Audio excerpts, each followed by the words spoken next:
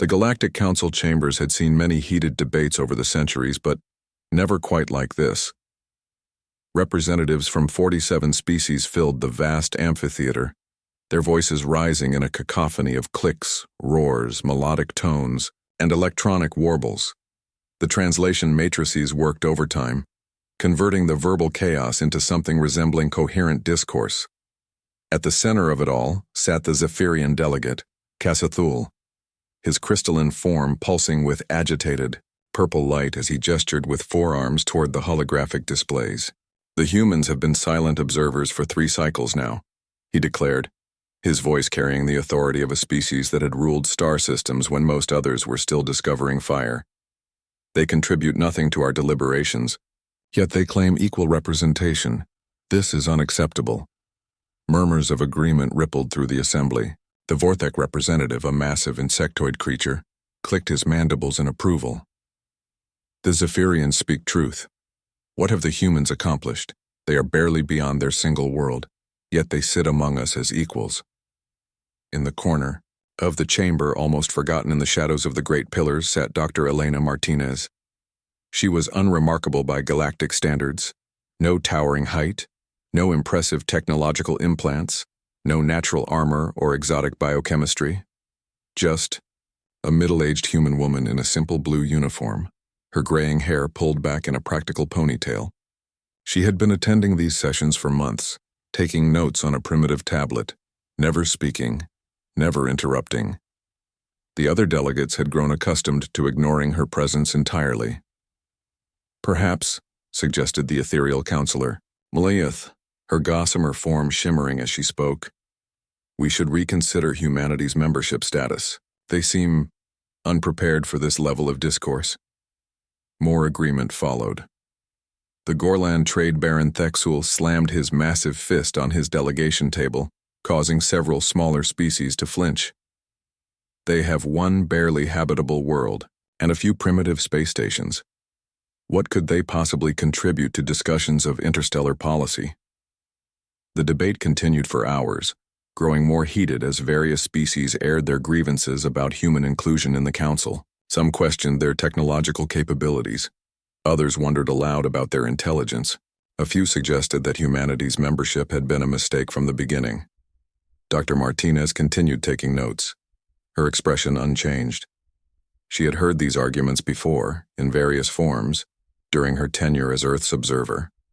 The pattern was always the same, the established powers dismissing anything new, anything different, anything that might challenge their comfortable hierarchies. Finally, Casthul called for a formal vote. "I propose we suspend humanity's membership pending a comprehensive review of their qualifications," he announced, his crystal form now blazing with confident amber light. "All in favor?" Hands, claws, tentacles, and appendages began to rise throughout the chamber. The count was building toward an overwhelming majority when a quiet voice cut through the air. "Before you vote," said Dr. Martinez, rising slowly from her corner seat, "perhaps you'd like to know why we've been so quiet." The chamber fell silent instantly. Every eye, sensor, and optical organ turned toward the small human woman who had finally broken her months-long silence. Some delegates leaned forward, genuinely curious. Others showed obvious annoyance at the interruption. Casthul's light flickered with irritation. "You have 30 seconds, human." Dr. Martinez smiled, not the diplomatic smile of a nervous representative, but the patient smile of someone who had been waiting for exactly this moment. "For the past 3 cycles, as you call them, we've been listening," she began, her voice carrying clearly through the chamber despite its conversational tone. "Listening to your debates about territorial disputes, trade negotiations, and resource allocation. Listening to your complaints about our presence here, and most importantly, listening to your communication systems." A ripple of confusion passed through the assembly. The Vorthak delegate chittered nervously. "What does she mean by that?" Dr. Martinez tapped her tablet, and the chamber's main holographic display suddenly changed.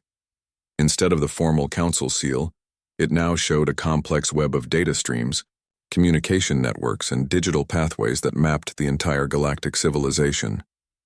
You see, she continued, while you've all been arguing about whether humans deserve a seat at this table, we've been doing what we do best. Understanding. Systems.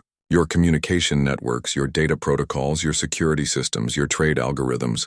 We've mapped them all. The Zephyrian delegate's light shifted to an alarmed red. That's impossible. Our quantum encryption is broken, Dr.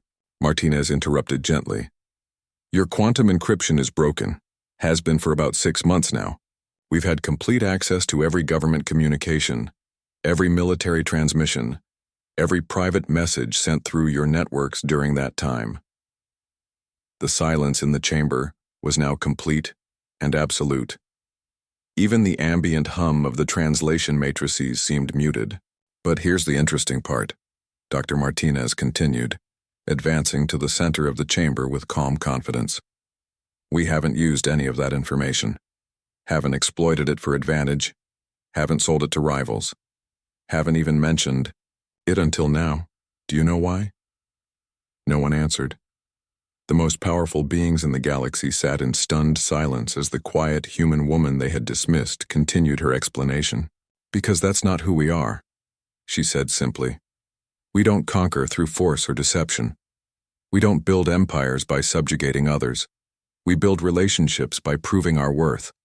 And sometimes, that means sitting quietly in the corner and listening until the right moment comes to speak. She gestured to the holographic display, which now showed detailed analyses of each delegation's private communications. Military plans, secret treaties, hidden vulnerabilities, personal scandals. Information that could topple governments and reshape the galactic order.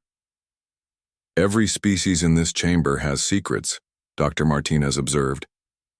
Kasthul, your people are planning to claim the Rigel mining rights through military action, despite the peace accords. Dexul, your trade empire is built on slave labor from conquered worlds. Mliath, your ethereal wisdom is actually a sophisticated AI that you've been hiding from the Council for decades. The panic was visible now, colors shifting, forms trembling, technological auras flickering with distress.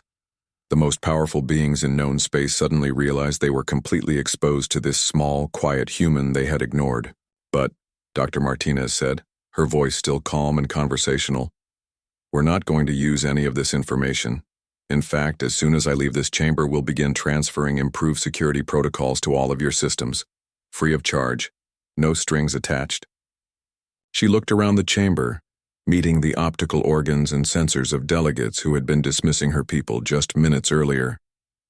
You asked what humans could contribute to this council, she said.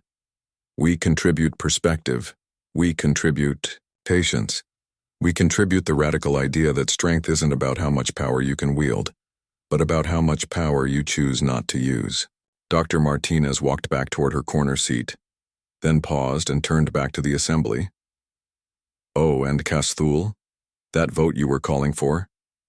You might want to reconsider, because as of about 3 minutes ago, every other species in this chamber has a very clear understanding of exactly what humanity brings to the table. She sat down, pulled out her tablet, and returned to taking notes as if nothing had happened.